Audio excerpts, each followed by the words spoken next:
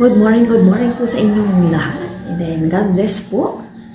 Happy Chinese New Year po. Happy po tayong lahat. Wala pong pasok sila Aya. Ngayong araw lang naman ito. Kasi nga, Chinese New Year, parang ngayon lang, walang pasok kapag Chinese New Year. Parang, sa natatandaan ko po, walang pasok kapag Chinese New Year. Mga sa school. Nagising po ako 5:30 na rin. Nag-off ako ng alarm siya. Hindi nakapang-off ng alarm. Pero nagising na ako. Wala pang alarm. Ay 5:30. Nakatulog naman ako ng maayos. Siguro natulog na kami ni Aya hanggang matapos yung kwentuhan namin. 9 na. Maga naman yung pagtulog namin. Nakatulog naman ako ng maayos. Pagkatapos ko magkape, maglalaban na ako. Kasi nakabawad yung mga pinagbisa ni Ayang uniform. Ilang puti yun kasi bisa umaga sa hapon. Kaya maglalaban. Lamig kaya nakaganito pa ako. Ay. Ito pa po yung galing Taiwan na may terno to pajama. Yung dalawang pajama sira na. May isa pa na ito, red. Ito buhay na buhay pa. Ang gabi-gabi ko lang at medyo manipis din ito. Mula yung mabada. Ang lamig po. Kapon daw yung naitalang pinakamalamig sa Pangasinan. Ang lamig nga kahapon. Hanggang inabot yun ang the whole day yun. Malamig po kahapon, the whole day.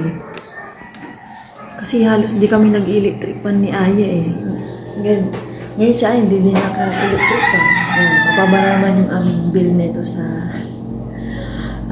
kuryente, lalo't wala ng Christmas light. Magtataas na naman yan kapag summer naman yan. Siyempre ganun talaga.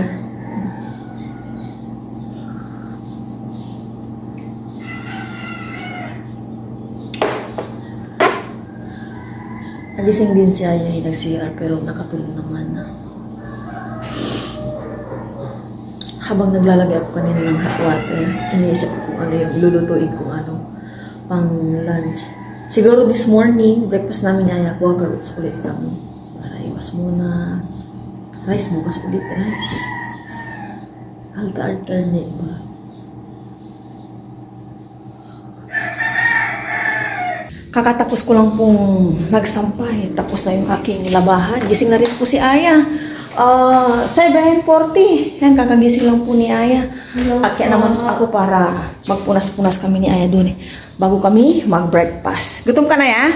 Hindi pa. Sunod ka sa akin dito, para maarawan ka din sa terrace. Para tayo ng konti sa terrace. Yan, nakyat na ako. Punas-punas. Mabilis lang naman to, 10 minutes. Tapos na kami ni Aya or 15 minutes.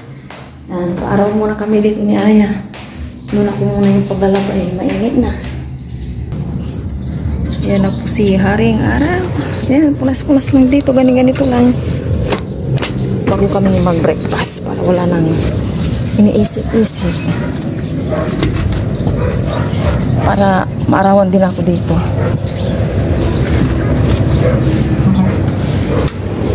Yan na po yung kalangitan.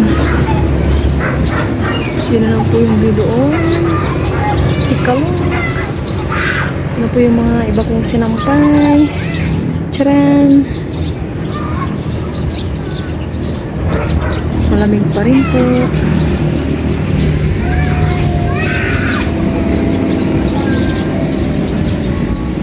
Breakfast na po kami ni Aya. Sabay niyo po kami. Quaker oats po. Sa taas nakalinis na po kami dito sa baba hindi pa. Thank you Lord sa umaga dito. Naway laging po kami pag-pag-pag. Lang po. Amen. Kasi, di alam mo na sa sige na. Nandiyan po sila, pa para si Camila. Panita mo yan dali. Pahay ka po sa vlog. Yeah, si Camila, kamulang sila. Good morning. Good morning.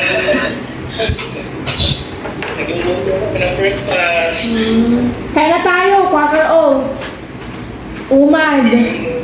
Umad. Sis, literal, pagkapon, pagkasota. Bis ng oras, 8:10 na agad.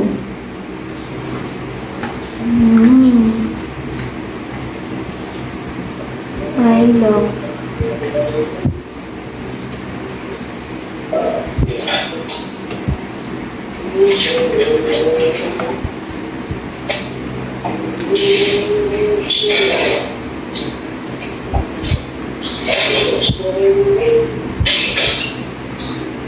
May request din kami mag-umas na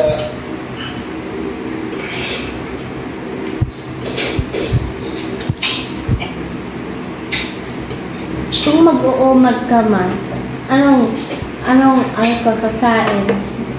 Lunch. Lunch lang. Sa breakfast, 1 egg. Pwede 2 eggs and 1 banana. Sa tanghali, half cup na rice.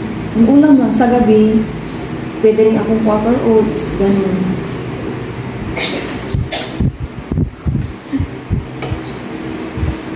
Umad. Di magiging bilog ka na rin. Humid. Nakaligo na po ako, and then si Aya naliligo po dyan. Inaayos ko po yung mga namin paparaya sa SSS. Baka bukas magbayad po ako ng SSS. Tapos na po kami yung dalawang nagulong ng SS. Kinukontinue lang po namin para alam nyo na po pagdating ng pagka namin senior, kahit paano po may makukuha po kami monthly at the age of 60.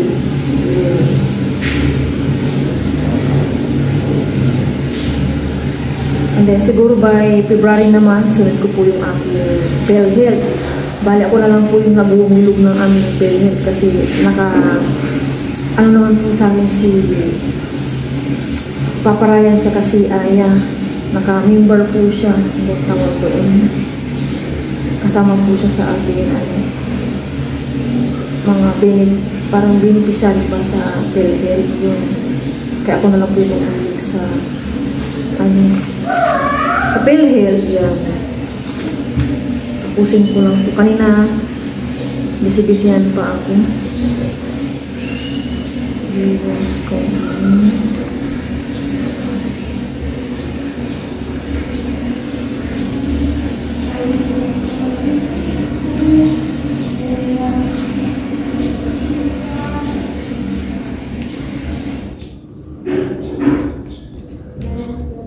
Hindi po namin kinakaligtaan maghulog ng SS para pagdating po ng alam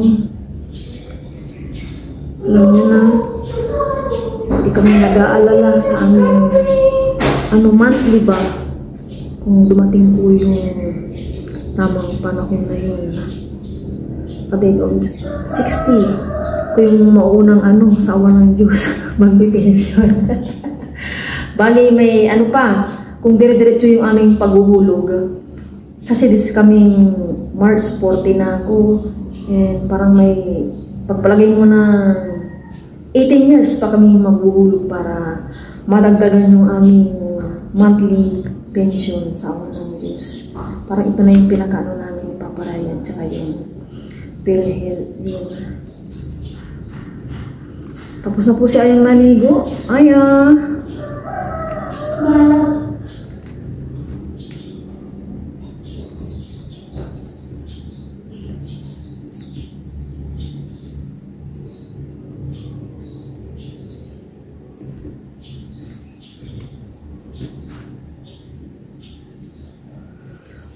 Ang babayaran po namin ni Papa Ryan this year, January to December, para wala na pong iisipin, sana na lang.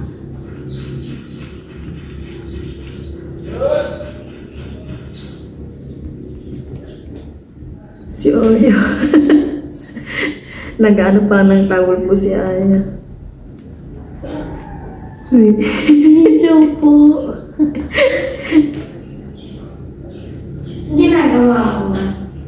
This week, bisi-bisihan pa ako. Yung sa SS yan. Ano ba ito?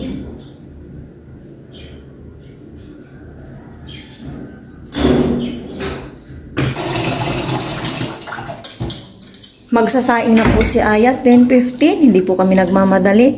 And then, madali lang naman yung aking lulutuin na ulam. Sinabawan na kamatis with pampano. Ito na po yun. Saya pong nagsasaing. Wala silang paso. Tapos na po yung napil-upan ko sa aming SS. Pagkabukas po talaga.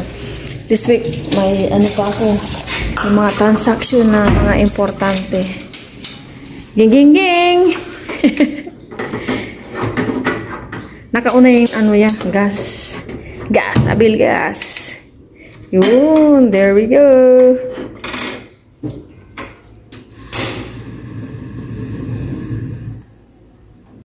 Lagyan ko na to ng tubig, isa lang ko na para makapag sinabawan ako ng pampano. Ganitong tubig lang ang nilagay ko.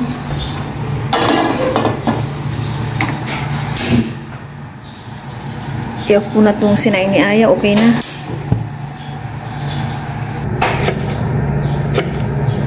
Lagyan ko ng dalawang kamatis na malalaki.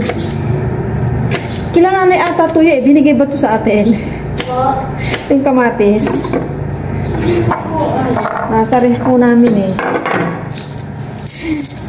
Bigay siguro yan oh. Sige. Hala. Mga kamatis nagkalat na. Patay yung sibuyas na kasama pa yung ano niya. Escallion pa.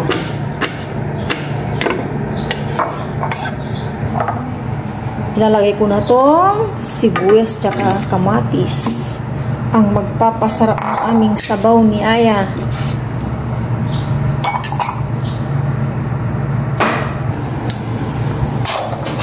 Kumulo na ito at umana na yung kamatis.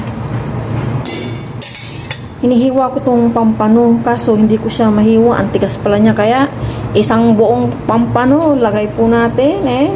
Maglagay na ako ng salt. Natawag po si Aya tuloy. Hindi na ako naiiwan. Mamaya lang. Naiiwan din. Maglalagay ako ng sinigang mix powder. Konting-kunti lang para may ano yung aming sabaw ni Aya. Asim ba?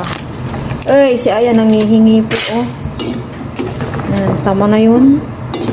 Para may asim-asim lang tong aming ano, sinabawan sa kamatis. At talong lang po yung aking ilalagay maya-maya. Ilagay ko na tong talong. Bagong pitas po yan. Galing sa farm.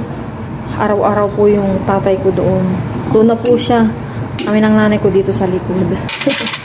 Nagpapakabisi-bisihan. Check, check, check. Oh my gosh. Tikman ko po kung okay na. Yun, okay naman na. And, okay na po yan. Off ko na itong gas. Buti na lang po tapos na akong nagluto. Kaka-brown out lang. Ay, sakit ng ano ko, tiyan ko. Hindi ko alam kung kape ba yung kailangan ng tiyan ko or ano. Baka nalamigyan ako kahapon kanina sa paglalaba. Pero nakapag-hot water ako at barley and kape bago naglaba kanina. Eh, wala namang abiso. Anong oras kaya ito walang ilaw? Wala pa talaga. Okay lang ma, malamig. Oo nga eh. Wala pa rin itong ilaw. Liwan ko kasi ay pupunta ko sa nanay ko. Sabi nila, wag daw ako mag-angla ng ulam. Sabi ko, hindi na. Nagluluto sila ng upo. Yan na po yung niluluto ng nanay ko. Upo with, ano yan nay? Wow, pork. Oh, ang dami daw pero marami rin sila. Hanggang gabi na nila. Marami pa rin po.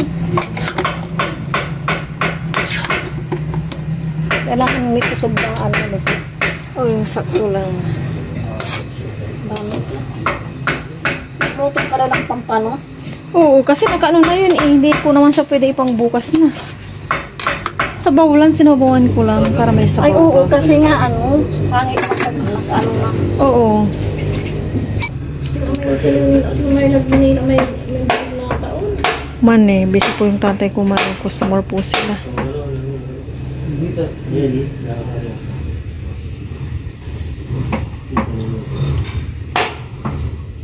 Nagbigay yung nanay ko ng upo. Ito na po yun. Niluluto po nila kanina. Nagkailaw na po, mga 11:30. Ayan, kaya na po kami. Sabay na po kami ni Aya. Pero bago po yun, pray muna ako. Lord, maraming salamat po sa lahat po sa mga binigay. Pinagkakalbo po sa amin. Maraming po kami panagagalan. Ano po yun? Kasi, Kalimutan na po naman. Cheers tayo ng sabaw yan. Bakit gusto mo yan niya? Kaysa sa pampano. Cheers na ng sabaw. masarap. Nagpalakang sama. Tama yan. Ayan. Pinili ko niya yung upo. Good girl. Cheers. Telepon. Ulang sa tarap. Sanyakan ko tayo na. Parang gusto ko rin yan. Patingin ka.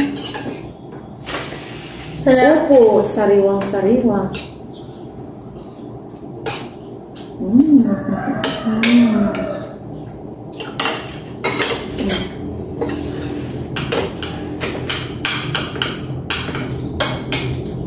Mamaya na ako bawi sa pampan. Ba? Kaya. Okay. Ang init na malamig. Natupi ko na nga po yung nandyan sa may likod namin eh. Pero dun sa may harap, hindi pa yung mga puti. Mga andis. Iba yung pagka-upo niya. Nila ko na niya na ano, pritong pork kahapon.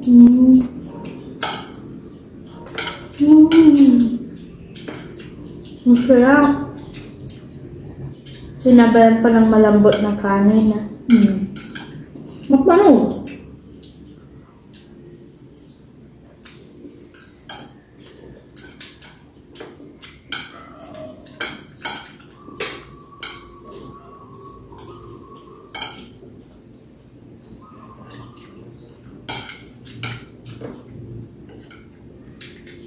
Iba yung sabaw niya. Ang sarap.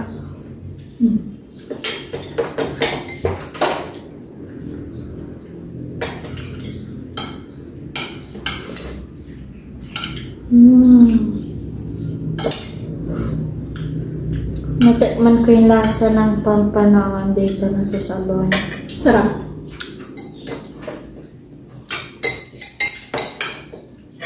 Kaya na ano, talong. Sariwang talong. Yung pampano yun, nahati ko yung pampano na naluto ng pero nung hindi pa, ginugunting ko ayaw, ang tigas.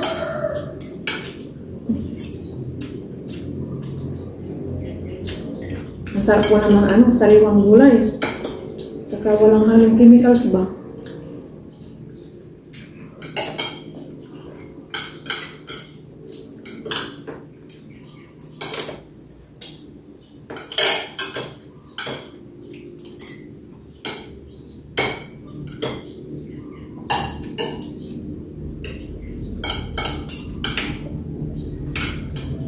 Iba hindi pa na ano masyado ni nanay. Matigas. Huwag ka lang nito man. Wala ka ng ulam. Ito lang. Papaka. Hindi natin Ano? kawawa. Masarap.